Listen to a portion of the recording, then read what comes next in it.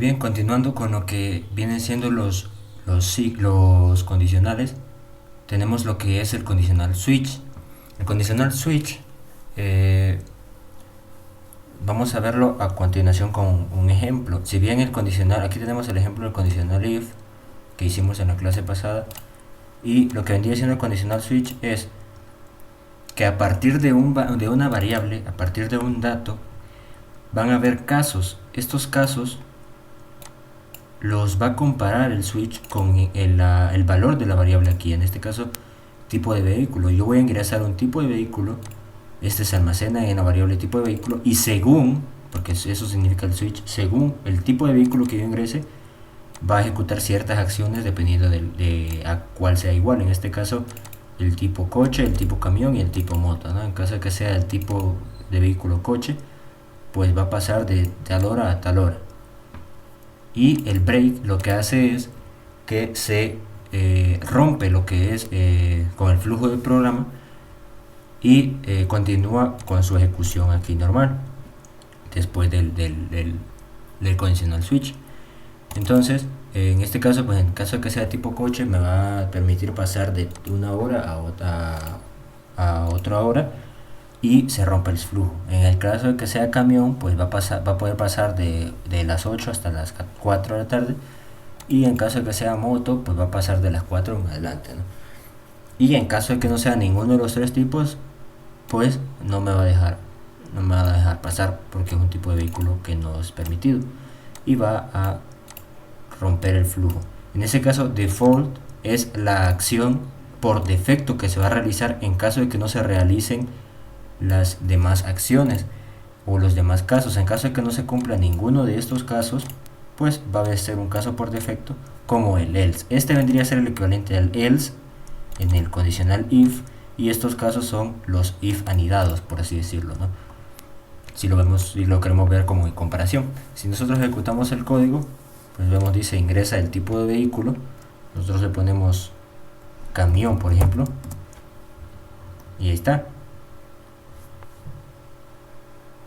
Puedes pasar, perdón, esto es el ejemplo de los ciclos, por ahorita no lo vamos a ocupar. Entonces, si nosotros ingresamos camión, puedes pasar de las 8 a las 4 de la tarde. Entonces, si vemos, pues de las 8 a las 4 de la tarde ya tenemos listo ahí esa parte.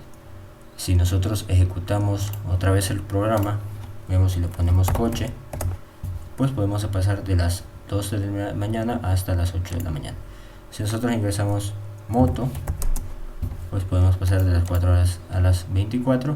Y si ingresamos otro tipo, por ejemplo camioneta, no puede pasar con una camioneta, ¿ok?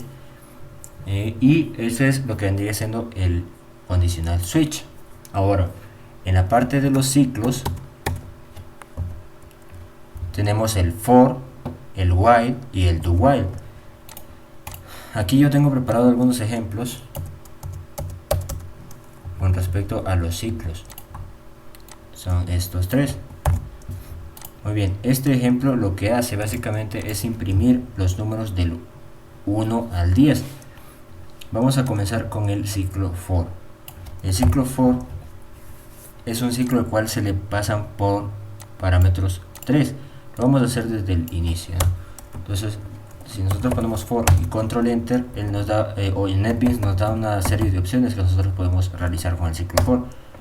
Si nosotros elegimos el lado normal, pues vemos que declaramos una variable i que se inicializa en 0. Esto es muy importante porque es la variable que nos va a servir para recorrer o para ejecutar el ciclo for. Luego esta variable va una sentencia que se debe de cumplir, y en caso de que ya no se cumpla, el ciclo se va a romper. Es decir, que for se va a ejecutar siempre y cuando i sea menor a 10, y la acción que va a realizar el ciclo for es la tercera parte del ciclo, es decir, va a incrementar en 1 la variable i, y luego cuando termine el ciclo de ejecución va a volver a ejecutarse y va a volver a comprobar si es menor que 10. Si sigue siendo menor que 10, pues lo va a incrementar, y así sucesivamente hasta que esto deje de cumplirse, esta condición deje de cumplirse, ¿no? En este caso, si esta se cumple, pues imprimimos el valor de i más 1. Esto para sumarle, ya sabemos que i empieza desde 0, así que podemos sumarle 1 para mostrar el valor como tal, ¿no? Entonces nosotros ejecutamos esto. Bueno, esto lo vamos a pausar aquí. Vamos a comentar el ejemplo, el switch, y aquí si ejecutamos esto, vemos que efectivamente nos tira de los números del 1 al 10. ¿Por qué? Porque el i al inicio vale 0, luego mostramos, ¿por qué? Porque 0 es menor que 10 y mostramos aquí 0 más 1, 1. Luego se incrementa ese 0 en 1, ahora vale 1. 1 sigue siendo menor que 10, por lo tanto se vuelve a mostrar, se suma 1 y se muestra aquí el 2. Y así sucesivamente hasta que esto deje de cumplirse y la variable i valga más que 10, ¿no? O igual a 10. Esto es para imprimir números, pero por ejemplo el for lo podemos utilizar para muchas cosas, para recorrer a los arreglos. Por ejemplo, nosotros podemos declarar aquí un arreglo y declaramos el arreglo números new int y le ponemos la cantidad, que son 10 números los que vamos a almacenar. Entonces aquí cada vez vamos a almacenar números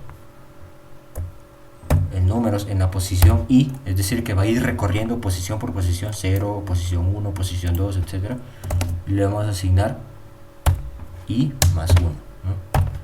Entonces aquí estamos asignándole el resultado de i más 1 a cada uno de los espacios que vayamos recorriendo con i.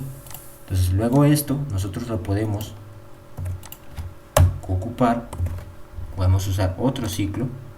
Este es para almacenar y este es para mostrar. Entonces para mostrarlo simplemente ponemos i números en la posición i, ¿no?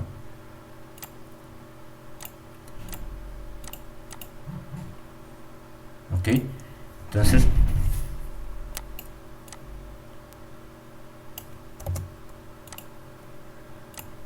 aquí, perdonen, habría que mostrarlo directamente aquí y números en la posición i. Ok, entonces aquí ya estamos mostrando los números en cada posición. Por lo tanto, si nosotros vemos aquí, se almacenaron en este ciclo for y luego se recorrieron y se mostraron en el otro ciclo for. Eso es más que nada una de las aplicaciones que tiene el ciclo for. Luego podemos hacer esto mismo que acabamos de hacer, pero con el ciclo while. El ciclo while viene siendo prácticamente algo similar a for, solo que este ciclo se va a ejecutar, el bucle se va a ejecutar mientras, porque eso significa while, mientras esta condición se cumpla. Es decir, que mientras j sea menor que 10, va a ejecutar lo que esté dentro. Luego, dentro del while, nosotros mostramos j más 1, que j lo inicializamos aquí en 0, y luego lo incrementamos 1 con los operadores que ya vimos anteriormente. Estos operadores pues los hemos visto ya anteriormente, así que los utilizamos aquí. Y luego, mientras j sea menor que 10, pues va a ejecutar lo que hay adentro. Cuando j sea igual o mayor que 10, esto deja de funcionar y se sale del ciclo. Lo vamos a ver a continuación. Como ven, nos muestra otra vez los números del 1 al 10. Esto vendría siendo el ciclo while, cómo se compone y cómo se utiliza. Como vemos, es similar, con la diferencia de que en el for nosotros corremos menos riesgo de que se ejecute infinitamente. En el caso de while, si no tenemos cuidado con la condición que pongamos aquí, pues esto se puede ejecutar indefinidamente y nuestro programa puede colapsar, ¿no? La utilización de while puede ser para muchas formas. Puede ser pues para ejecutar procesos en segundo plano. Mientras esté ejecutando otra cosa, pues podemos ejecutar a lo que hay aquí adentro, ¿no? Y el uso también se le puede dar igual al uso que se le da en for, solo que cambia en algunas ocasiones. Luego tenemos por último el ciclo do while. El ciclo do while, la diferencia con el ciclo while, hace exactamente lo mismo que el ciclo while. Como ven, el funcionamiento es distinto. ¿Por qué? Porque primero, siempre, sí o sí, va a ejecutar lo que tenga dentro. Es decir, que por lo menos una vez esto se va a ejecutar. y luego compara la condición. Es decir, que la condición se tiene que cumplir. Mientras la condición se cumpla, eso se va a ejecutar, sí, al igual que el ciclo while, con la diferencia que lo que esté dentro se ejecuta por lo menos una vez, a diferencia del while, que si esta condición no se cumple desde el inicio, no se va a poder ejecutar lo que esté dentro. En cambio, cuando while se ejecuta una vez lo que esté dentro y luego se va comparando con la condición para ver si esta es verdadera, pues entonces se sigue ejecutando lo de dentro. Y el resultado, como vemos, es el mismo, ¿no? Bueno, aquí nos faltó sumar el 1 y vemos que es exactamente el mismo. Esto es con relación a lo que vendría a ser los arreglos. Los ciclos y los condicionales. Con esto concluimos lo que es el tema de los ciclos y los condicionales, y en el siguiente video vamos a ver una pequeña muestra de lo que vendría a ser la interfaz gráfica, cómo nosotros podemos crear interfaces gráficas con las herramientas que ya nos provee NetBeans para esto, y nosotros solo vamos a manipular el código que hay detrás de cada uno de los elementos de la interfaz gráfica para que realice las funciones que nosotros necesitamos. Hasta el siguiente video. Nos vemos para verlo en la parte de la interfaz gráfica.